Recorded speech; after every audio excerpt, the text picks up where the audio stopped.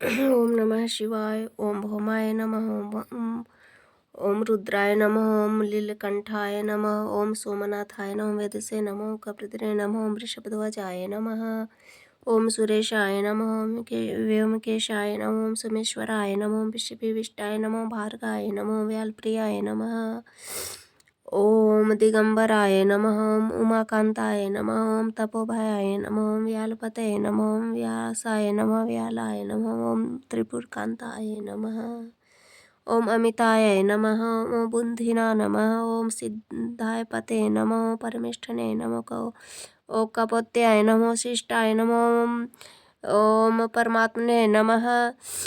ओम विष्टाय नमः। वेदगीताय नमः। ओम गोपत्याय नमः। दीर्घरूपाय नमः। वेदव्याय नमः। दीर्घाय नमः। ओम दीर्घाय नमः। ओम भद्राय नमः। ओम जगत्प्रतिष्ठाय नमः। ओम व्योमरूपाय नमः। ओम गर्वकृते नमः। ओम लीलोहिताय नमः। ओम प्राहिदित्याय नमः। सुमसे नमः। ओम अंधकासुरमर्दने नमः। ओम शुक्लाय नमः। ओम चंद्राय नमः। ओम भक्तप्रियाय नमः। ओम अव्याय नमः। ओम महेशाय नमः। ओम त्रिनेत्राय नमः। ओम विश्वरूपाय नमः। ओम विश्वाय नमः। ओम लालबंधरूपेभ्यो नमः। ओम शंकराय नमः। ओम कालाय नमः। ओम विश्वनाथाय नमः। ओम अरूपाय नमः। ओम विटपाय नमः। ओम सूक्ष्माय नमः। ओम असुम्माय नमः। ओम रुद्रभूमिष्ठाय नमः। ओम श्मशानवासिने नमः। ओम कृतवाससे नमः। ओम शशांक शेखराय नमः। ओम दुर्गाय नमः। ओम दुर्गापाराय नमः। ओम दुर्गवाक्षाक्षिणे नमः। ओम लिंगरूपाय नमः। ओम प्राणनाथाय नमः।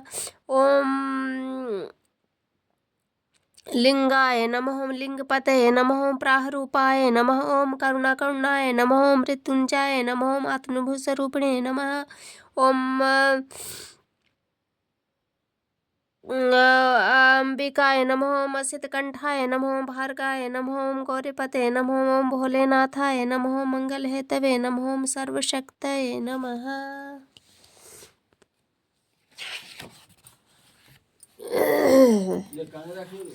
सूर्य के मुख से इतने कथा श्रवण कर ऋषियों के मध्य में बैठे महर्षि गंगाचार्य बोले, महामुनि आपने हमारे ऊपर परम कृपा करके प्रदोष व्रत का विधान बताया। आप विशेष कृपा करके हम लोगों को पक्ष प्रदोष व्रत का विधान बताने की कृपा करता है। सूर्य बोले, हे ऋषि, मैं आपके एक अनुसार पक्ष प्रदोष व्रत का विधान वर्णन करता हूँ। आप लोग ध्यान पूर्वक श्रवण कीजिए। राम रहते निर्धम राम रहते जैसे निर्धम भरे बटे भक्त दुखी लोग मन को चले चलते अपने दुख भरी कथा सुनते सुनकर शांडिल्य ऋषि को दया आ गई। वो बोले, मैं तुमको दुखों से छुटकारा पाने का सरल उपाय बताता हूँ। तुम तो विधि पूर्वक प्रत्येक मास को त्रयोदशी को प्रदोष व्रत रहा कर, जिससे तुम इससे भगवान शंकर तुम पर प्रसन्न होकर सारे दुख दारिद्र को दूर कर तुम्हें सुखी बनाओ। एक सुनकर ब्राह्मणी बोली, हे महामुनि, आप दया करके मुझे प्रदोष व्रत का विधान बताने की कृपा करें। मैं इस व्रत को अवश्य करूंगी। शांडिल्य मुनि बोले, जिस दिन त्रयोदशी हुई उस दिन प्रभात बेला में शौच आदि क्रियाओं से निवृत्त होकर स्नान कर लोटे में स्वच्छ जल लेकर पद्मासन लगा गो गंगा विष्टाय नमः। भगवते वासुदेव गोविंदाय नमः। इन तीनों से आचमन करे, फिर हाथ स्वच्छ कर पुनः हाथ में जल लेकर ओम पवित्रो सर्वांग गते वा स्मृत पुंडरीकाक्ष बांधरः शुचि।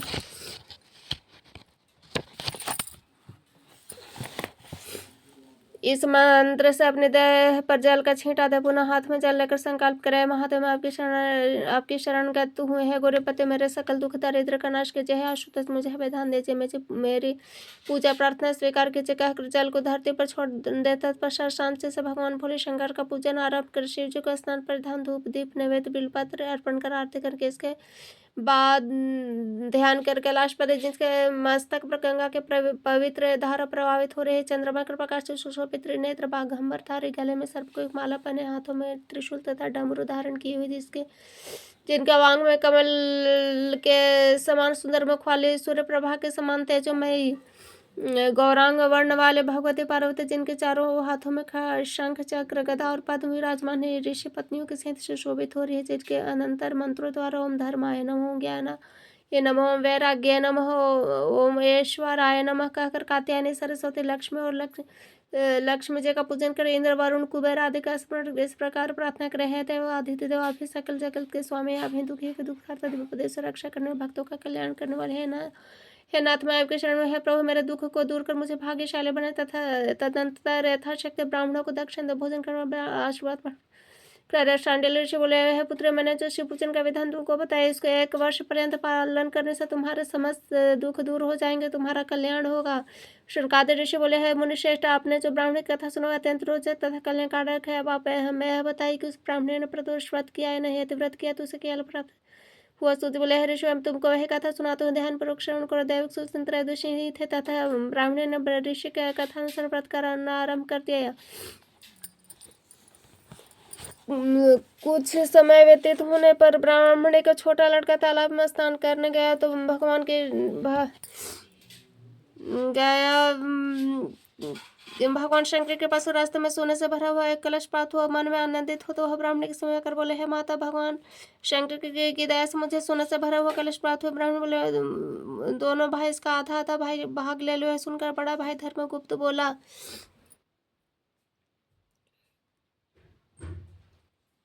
है माता मेरा इस पर कोई अधिकार नहीं है, छोटे भाई का ही भाग गया था, मैं नहीं लूंगा। कहते भगवान शंकर की कृपा हो गई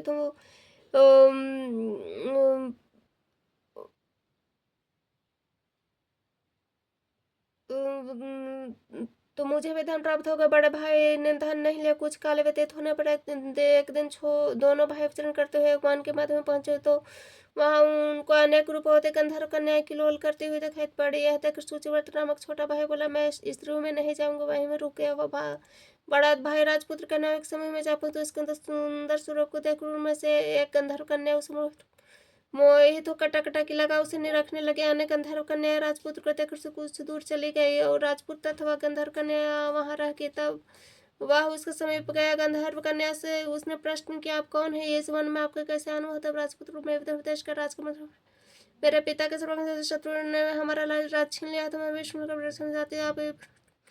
गंधर्व कन्या बोले, मैं विद्रुम नाम गंधर्व के पुत्र, मेरा नाम सुमित है, मैंने अपने सुख बुद्धि द्वारा आपके मन की भावना चला कदाचित ईश्वर ने हम दोनों का निर्माण एक दूसरे के लिए किया है। इतना कहकर गंधर्व पुत्र ने कहा, राजपुत्र के गले में मणिमाला पहनाते थे राजकुमार से मुखेट में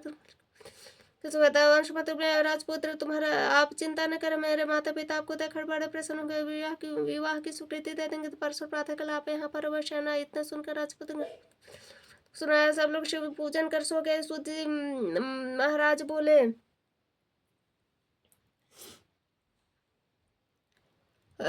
ऋषि तीसरे दिवस राजपुत्र अपने भाई सुश्रुत को साथ लेकर उनको उधर गंधर्व कन्या सुमति भी अपने पिता विद्रुवत को अपने साथ लेकर आए। गंधर्व राज ने राजपुत्र को देखा तो अत्यंत प्रसन्न बोले, है राजपुत्र कल मैं कैलाश पर्वत अपने शिव जी के पास गए तो भगवान शंकर से कन्या के योग्य वर की प्रार्थना करते तब उन्होंने कहा, धर्मगुप्त नामक मेरा एक भक्त पृथ्वी पर निवास कर वह इस कन्या के उपश्रेष्ठ तुम वर है, तुम अपने कन्या के विवाह कर दो। इसके राजपुत्र शिव जी के अनुसार मैं अपने कन्या के विवाह आपके साथ कर सुनकर राजपुत्र ने अपनी स्वीकृति दे दी। तब गंधर्व राज ने अपने कन्या के राजपुत्र के साथ करते दहेज में हीरे मोती जवाहरात सोना चाहती अंग्रेज शत्रुओं का विनाश करने के लिए विशाल शत्रुघ्न सेना प्रदान के सबको यथायोग्य स्वागत सत्कार किया। इधर राजपुत्र ने अपने समस्त सेना ले विदर्भ राज पर चढ़ाई कर दी, युद्ध में उसका वध किया एवं अपने शत्रुओं का विनाश किया। वो पुनः विदर्भ का राजा बनकर आनंद पूर्वक राज करने लगे। धर्मगुप्त के विदर्भ देश के राजा बन जाने पर उसका ग्रंथ करते हुए जीवन व्यतीत करने ये सब प्रकार जो भी पुरुष या स्त्री प्रतोष व्रत कर सदा भक्ति सहित शिव जी का पूजन करके उससे सब दुख दारिद्र नष्ट होकर सभी मनोरथ पूर्ण हो पूर्ण वाले इसको विधि विधान से करने पर जन्म जन्मांतर के समस्त पाप नष्ट हो जाते हैं। प्राणी पृथ्वी के समस्त सुखों का उपभोग कर अंत काल में शिवलोक को प्राप्त होता है।